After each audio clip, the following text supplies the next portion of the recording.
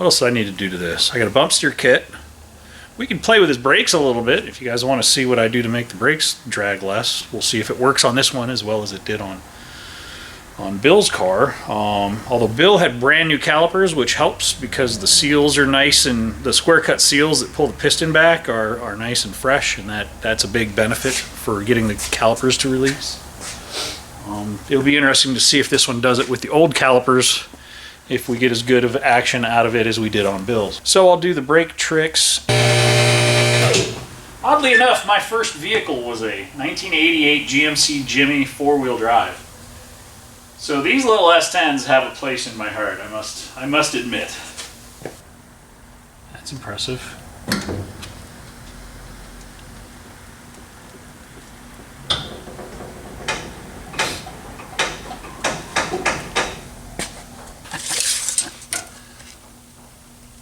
Seven inches of up travel, that's pretty good. We'll take that.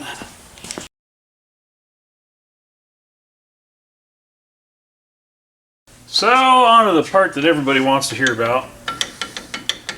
We're going to do some tricks with these brakes. The first thing I do is, you can see how this pad rattles. I bend these tabs off the car. I make it so that I have to press them on.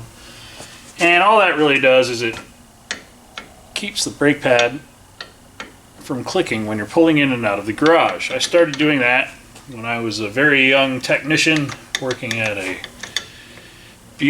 Pontiac Buick GMC dealership, dating myself there a little bit. And we would have customers with these S10s that would complain when I'm pulling in and out of my garage, I hear a clicking. And they'd roll forward, hit the brakes, and it would click, and they'd move backwards, hit the brakes, click. So that's when I started bending the tabs over on these brake pads. There's a couple other things to make these things release better. One is having a new square cut seal on the piston and clean fluid. So we're actually going to be flushing this entire brake system when we build the brake lines, but I'm going to go ahead and put new pins, new slides, and new O-rings in the caliper. And I use a synthetic lubricant because it works really well and it doesn't wash away right away. It's a Permatex product. It's a Permatex Ultra Disc Brake Caliper Lube. Part number 24110. I've had this bottle for like 20 years. A little bit goes a long way. That and all my employees are the ones who do most of the brakes here now, not me. So I let them do the easy stuff. So we're going to zip these caliper slides out. I ordered some about a week ago. I found some AC Delco ones online, readily available. And I'll get those out here in just a second.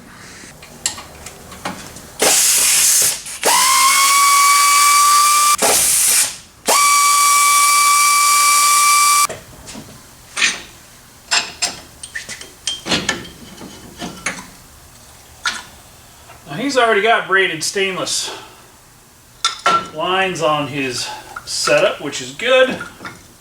I do recommend using those. These brake pads are gross. And you can see how corroded these pins are. Well, corrosion means resistance to movement. So, new slides. Uh-oh, that's only two. Oh, I need another pair. Dang it. I'll have to get another one ordered. I thought that was a full kit for 4.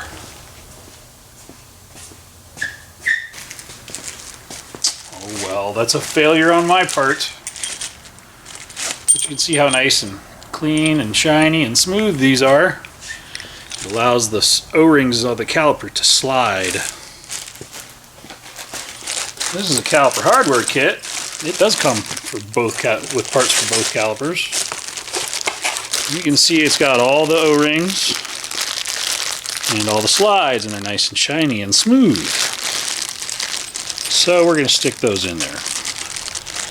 It's like $12 in parts. Ow! What happened there? I must have been leaking yesterday. So let me I'll go ahead and get the O-rings installed, and we'll do one so that you can see what's going on. I'll have to order the 2 more pins. We'll do that tonight.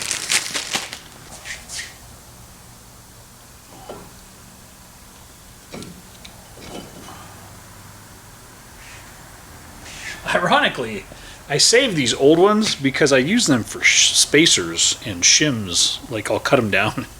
I'm a retard. What can I say? Funny thing, a lot of guys doing a brake job on one of these cars really just take the brake pads off, put new brake pads on. Most of these brake pad kits come with this hardware, and this hardware should be cleaned and lubricated and or replaced during a proper brake job. Doesn't get done a lot. Stake this pad. All I'm going to do is I'm going to whack this ear with a hammer to bend it down so that it grabs onto the caliper and does not have free play.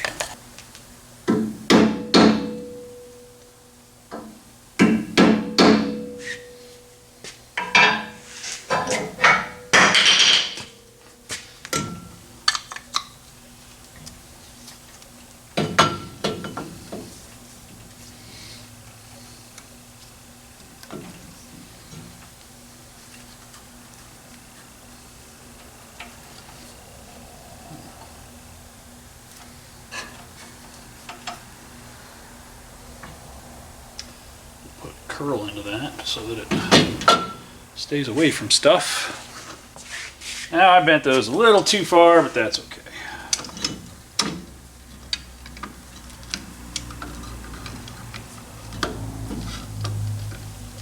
Actually, I should probably bend them back. But they'll be alright. Especially since I'm probably going to be replacing these pads anyway.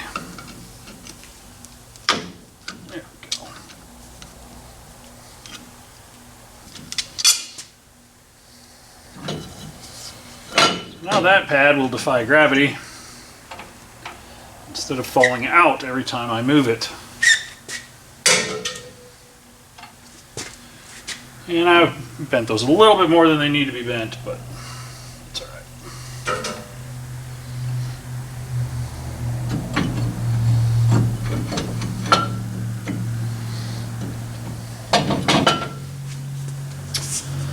So now I'll put my new O-rings in. Once my new O-rings are in, I will lubricate them.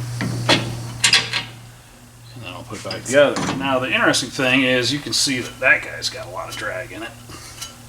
So we'll pull the bearings out, clean them, and put some lighter gear oil on it. Or not gear oil, but grease. They're supposed to have grease on them.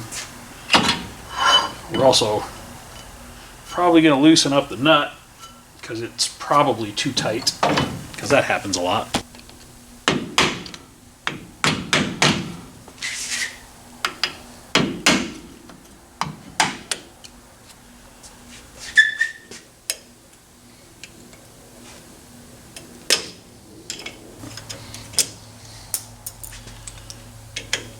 Ooh, yeah, that's way too tight.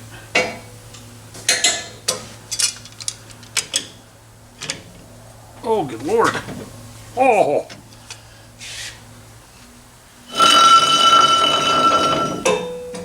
Too tight. Too tight, sir. Too tight.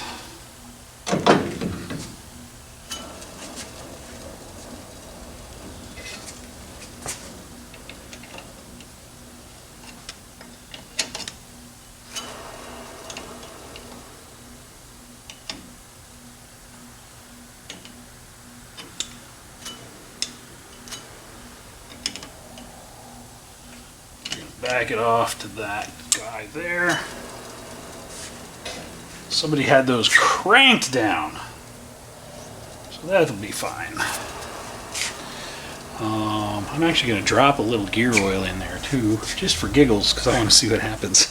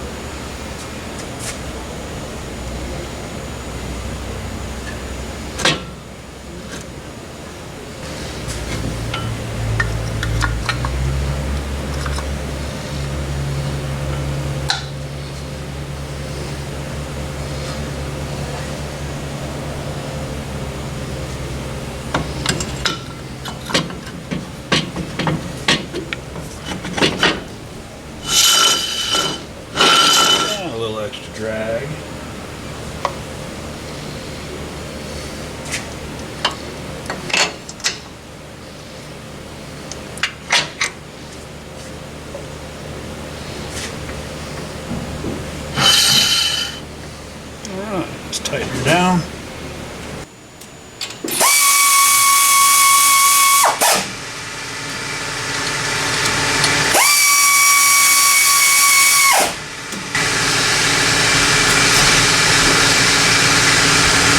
Not bad, needs to be driven down the road, see what happens.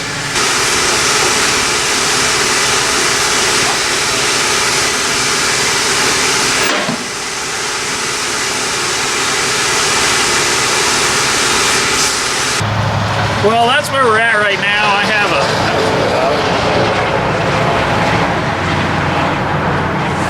never fails having somebody roll right behind you when you're trying to start a thing. It is what it is. Well, that wraps up this short little session with the brake trick, if you want to call it that. Basically, I'm just trying to reduce as much drag as possible. I have ordered some new caliper seals for this because his calipers are old. Realistically, the calipers for these are, I don't know, $30 or $40 a piece. You can just get completely remanufactured ones. And those come with your slides and the new seals and all that. So that's probably the best way to go. But we're going budget friendly with this one and trying to show you how to do it as cheaply as possible. I'm gonna measure the spindle and see if I can get an actual lip seal, because I actually want to try removing all the grease from the front bearings and just flooding it with gear oil. So we'll see if we can make that happen. It's just another way to reduce drag. It's not a big deal, but it's probably minimal. But hey, thanks for watching. Click like, subscribe, leave us a comment below. We will be doing more to this truck as we get parts in. I was supposed to have some headers here, and they are not here yet. So we will keep moving forward. Got lots to do to bring this car to where it's safe to operate, get some test runs in it, and figure out what else we can do to make it better. So with that, have a great day. You guys, we'll see you on the next one. I'm not entirely sure what that is yet. Probably gonna get back on the